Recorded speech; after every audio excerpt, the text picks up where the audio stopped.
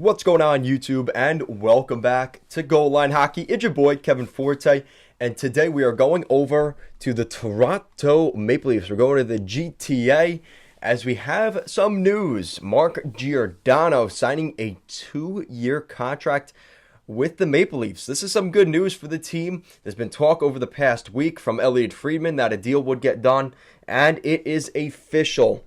It's a 2-year deal, $800,000 per season, so a very cheap deal. The even nicer part of this whole thing, let's take a look at this. So basically what I heard was they had offered Giordano $1 million per season, right, for this year next. So a 2-year, $2 million contract. And Giordano said, "Why are you offering me so much? I want to win here. Bring it down to $800,000. Now, for how much that actually means, I don't really think it matters that much for the Leafs.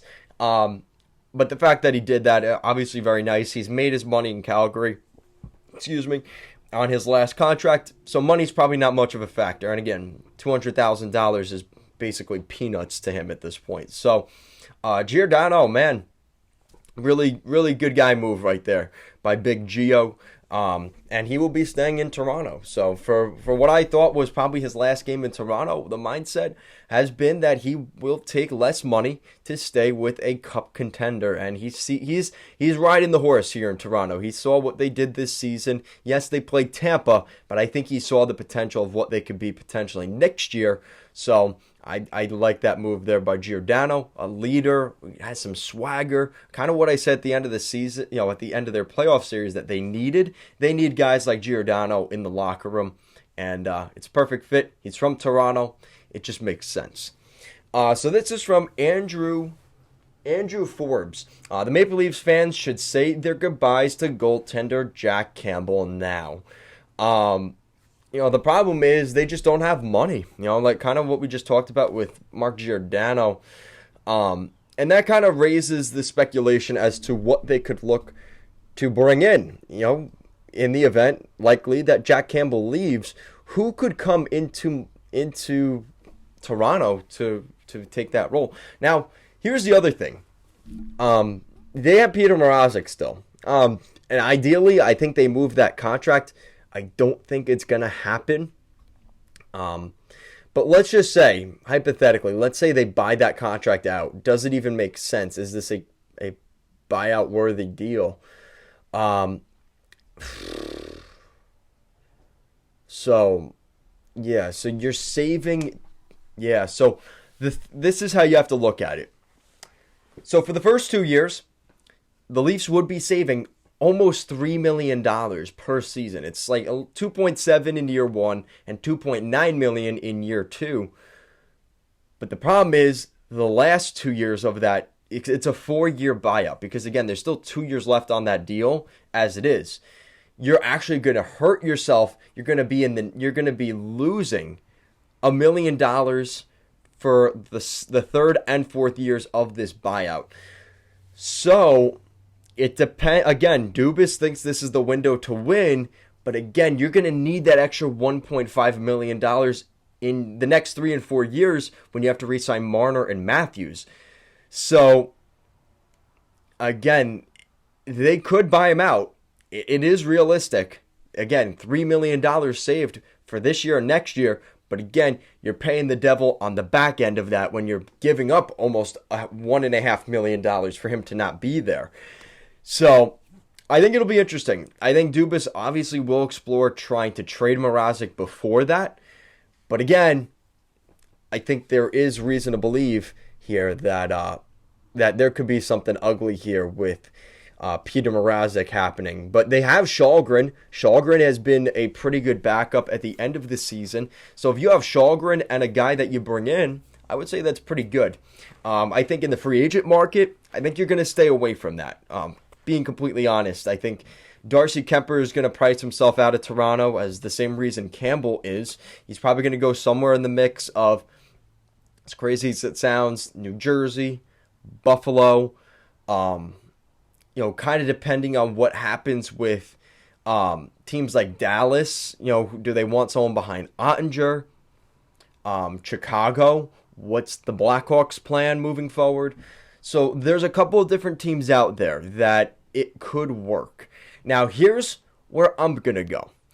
I'm looking for the guy that's an RFA that struggled a little bit and they want to pick him up on the upside. And that's exactly what Chris Johnston said. The Maple Leafs could be in the market for a goaltender that hasn't broken out yet for a cheap price. Some names that I immediately think of, the Nashville Predators just signed Yaroslav Askarov. No, they're not trading Askarov to the Leafs. That's not going to happen. But what about Connor Ingram? He had a pretty good playoff run with the Nashville Predators. Is he a guy? If Nashville decides that they want to keep Juice next season, and I've made rumors that they could trade Saros, but I think most Predators fans were quite upset with that. It does make sense salary-wise, but that's besides the point. Connor Ingram. I think Ingram would be an interesting option for the Leafs. He's from Nashville. He's been playing there. I think that's one name to look at. I've heard rumors about John Gibson. I think that one's more of a stretch. Again, because of his salary, it would be more difficult for the Leafs to go back, dipping in the waters of California, trying to bring in a goalie. We've seen them do it a couple of times. We saw them do it with Freddie Anderson. I want to say Toskala they brought in from California. So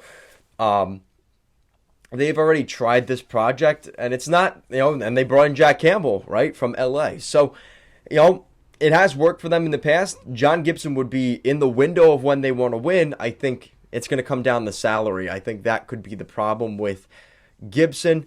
But if they want to take a big swing on a goalie, that's definitely the biggest option out there. So John Gibson, Connor Ingram in Nashville. And the other one I'm looking at in particular is down in Washington, the Washington Capitals, Ilya Samsonov. The reason I like Samsonov, he was a good draft pick for the Capitals, but he struggled in North America. He struggled in Hershey, in the AHL, which he inevitably got called up when they moved on from Braden Holtby. It became Vitek Vanacek and Ilya Samsonov. The Ilya Samsonov show in Washington, and things have not worked out well for him. So maybe a change of scenery in Toronto is what he needs. Again, that's more of a wild card option of the three.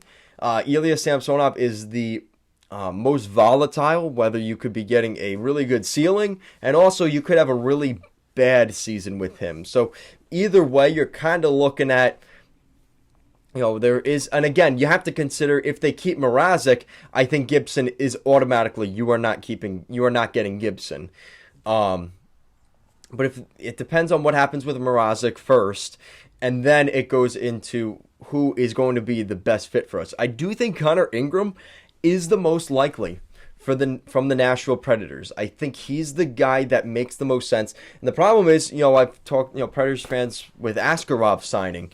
I don't think he wants to play in the American Hockey League. He might play in Milwaukee during the playoffs now, but there won't be too much time where he wants to play in the AHL. You look at recent goalies like Igor Shesterkin, Ilya Sorokin, with the Islanders and the Rangers. Those guys didn't play in the AHL. They came over and they played in the NHL right away.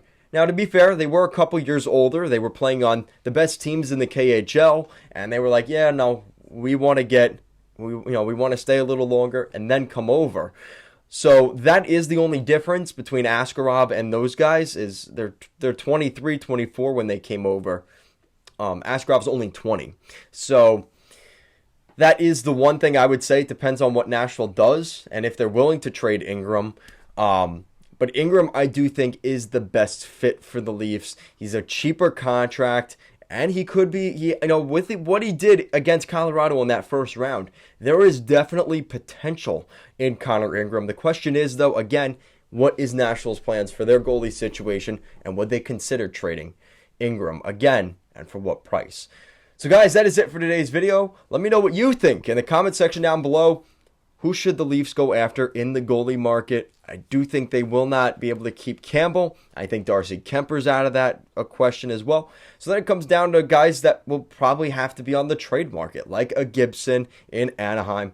Like I said, a Connor Ingram in Nashville and an Ilya Samsonov in Washington. Let me know what you guys think of those names, as well as anybody else that I maybe forgot to mention. Thank you so much for watching, and I will see you again next time.